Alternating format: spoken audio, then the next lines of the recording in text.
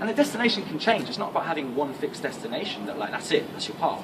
But it's just having direction in the first place.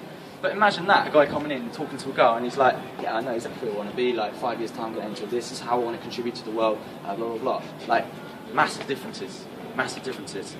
And the last little piece of the puzzle to all of that, the most important thing you guys can go home and reflect on today and really spend some time on it, is you need to work out what is actually important to your life, what is actually important to you, all right, your values, what do you actually value in life? Because most people just don't even think about what they value, and then they just live someone else's life, and then they wonder like why they're in conflict all the time. And it's because their deepest values aren't actually being mirrored in their day-to-day life. So, for example, people, and you need to think about it, because people just be like, oh yeah, honesty, like everyone would obviously be like, value honesty. Who wouldn't value honesty, right? But what does that even mean to you? What does that even mean to be honest? Right? You've got to think about that. Okay, it means that I tell the truth all the time, that I don't exaggerate, that I do this. You know, regarding women, it means that I'm open with my feelings. All that, like, go into detail. What does it actually mean to you? And then look at that description and see, is it reflecting in your life?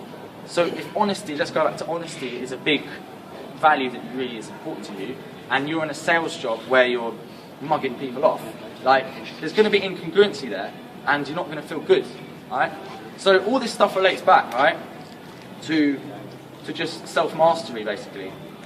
So yeah, to summarise, I'll just summarise and then take questions. So to summarise, to really get confident with women, all right, it's not just a quick fix, it's not just a superficial thing of, you know, technique, You need to work on yourself, you need to master yourself, all right? To do this, you need to really get to know who you are. You need to really explore the webs in your head, your belief systems, and what you're doing, all right? Really explore who you are. Then you can start to actually appreciate who you are as an individual, all right? And that then allows you just to express yourself to the world. And your whole life is awesome, all right? So, yeah, I hope that makes sense. I'm going to finish up there. In terms of coaching, yeah, if you guys want to talk to me about coaching one-on-one, I do workshops. Got the site coming up in a few weeks, shatterapproachanxiety.com, so keep an eye out for that. But if you're interested in smashing down your fears, getting a greater self-belief or having more direction, and really improving as a man, then come talk to me. In the meantime, I've got my YouTube channel, Shatter Approach Anxiety, or Facebook page, Sam Power Coaching. So yeah, any questions? Yeah. Yeah, so like, in terms of like judgment, and like judging yourself and judging others, because like if you do it for a while, you might judge other people, judge yourself. How would you get rid of that? Like, sorry, could you repeat? So you're worried about like if you start to be aware of yourself. And judging other people. Yeah. Yeah, but I'm not saying judge yourself. I'm not saying to judge yourself. Yeah. Actually, I'm just saying be aware in actually a non-judgmental manner. You don't actually want to judge yourself. That's where the danger comes in. Does that make sense? Yeah. So it's like if you are, let's say you realise that you're a bit needy with girls, it's not like being like, you're fucking needy. Again, it's just being like, oh, okay, I've noticed that my behaviour indicates I'm a little bit needy. Right, okay, maybe that's something I could work with. Do you know what I mean? It's actually that non-judgmental way you want to speak to yourself. Okay. Any other questions? To make criteria for the woman that you choose, is there any good way to go about doing that? Get a pen and paper, sit down and think. That's what I'd say. No, honestly, spend time on it. I'd say spend like minimum half an hour. Spend like half an hour. Put it aside. Sit down. Don't know if any of you guys do meditation, but get in like a more relaxed meditative state. So you clear your mind of all the. My advice would be get in a really clear state, because so you clear your mind of whenever you want to reflect on something properly, like your values or what you really want in a woman. You need to get in a really relaxed state, because there's going to be so much shit that's coming on in here that might be coming from your friends or society, or do you know what I mean? So you need to really connect with yourself. Think about all the qualities that are going to put a smile on your face if you met that woman. And then when you actually have that list, I forgot to say before, then you need to actually work out, are you man enough for her? Are you expecting to, you know what I mean? If you're expecting all these cool things of this woman, I presume you've all got high standards, right? So are you actually man enough for her? And then if you're not quite there yet, cool, it's fine. You just need to work on yourself a bit more. Do you know what I mean? One more. What about if you have like a really bad day, and should you like try to be more positive, or should you like embrace being really negative and just push through? And, like, how would you? Yeah. So I'd never say like just be ignorant and not see when shit doesn't go smoothly. I'm not talking about like bullshitting yourself. Always being honest, right? But you've always got a choice of how you perceive things. So, say you have a bad day. I mean, in my vocabulary, a bad day doesn't even really exist. It's either like a funny day or, you know, a great day. Do you know what I mean? It's how you actually label in your mind. But let's say we have a bad day. We go and try and talk to some women, and they all just are like, fuck off, go away. I then have a choice how I feed that back to myself. Do you know what I mean? And I choose to say, do you know what? You still went up and fully opened your mouth. That's scary, man. That's scary shit. Who does that? Who goes up and says to the women, like, puts their balls on the line? Now, that is scary. So, do you know what? For that, I'm awesome. Do you know what, though? I bet I could learn something. I bet I could learn something from this, though, because they all did tell me to fuck off. So, let's think about what maybe I could do better, even better next time. Yeah, so it's not like ignoring the negative. You learn from the negative. In fact, you love the negative. If you're not getting this face right, where you're like, if you're not getting that face, you're not pushing yourself hard enough, in fact. You need to go harder, get more negativity, right? Because then that's where you actually can fucking learn, right? Is that answer it? Any other questions? Do magic tricks and wearing furry jackets work? Sorry? Do magic tricks and wearing furry jackets work?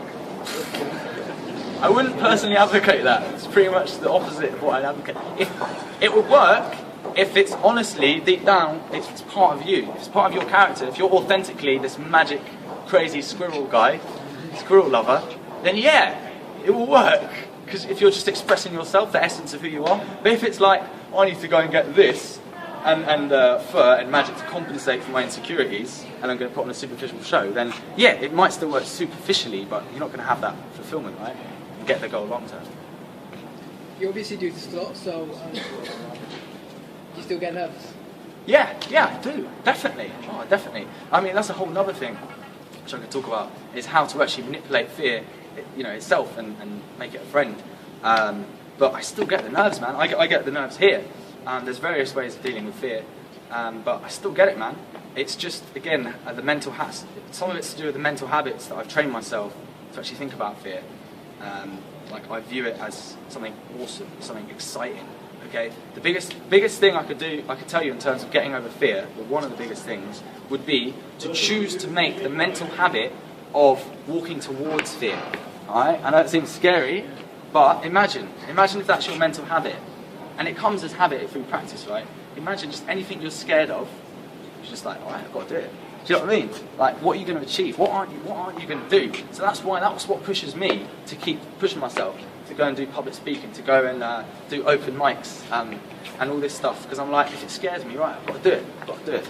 And obviously, approaching women is just then no big deal, sort of thing, you know? But no, I still get, you know, if I haven't speak to a woman for a long time, I still get the anxiety, definitely, you're all human.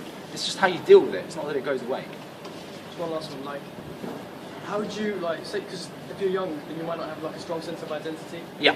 So, would you be worried about that you don't really know who you are, or would you sort of, like, just work towards it and embrace the fact that you don't? But you've still got an essence of who you are as a human being. Like, be careful not to get too attached to, when you say identity, what do you actually mean by that? I mean, like, your values and, like, the way you see the world. Well, yeah. Obviously, if you're a bit younger, you may not be that certain of what your values are. So it might be maybe a bit more trial and error. Yeah. But you can still go deeper and just find out. And you might not have that level of certainty, but then you can actually go at least and try out. Yeah, you can still reflect, I think, on whatever age you are. Yeah, it's easier as you get older. One last one, I think. So, when you find out, you know, through awareness that you've got certain things that are holding you back, or yep. you know, like neediness with women, or particular women, or any other thing like that, what's the best way to go, okay, now I've found out about this, I need to work on it and change it? Yeah, it depends obviously what the specific thing is, right? But if it's like the neediness thing, the best way of overcoming the neediness thing and being externally validated is actually to build up your opinion of yourself, build up your self-worth. That's actually like an opposing project. It's like an opposing a thing that you can use against the ego and against like the neediness. So you build up your self-worth, like a little exercise of noting down all the good you're doing. Do you know what I mean? Recognizing your strengths on a daily basis. finding out what your values are and living in alignment with them, going towards the goals in your life that really matter to you, and not just drifting around. That's the kind of shit long term that builds up your self-esteem, so that you just lose that neediness as you build that up. You see what I mean? Yeah. But it takes effort. It's not just like a quick fix. All right, is that good? I think we can leave it there, I think, yeah. All right, So, thank you, guys. Sam again.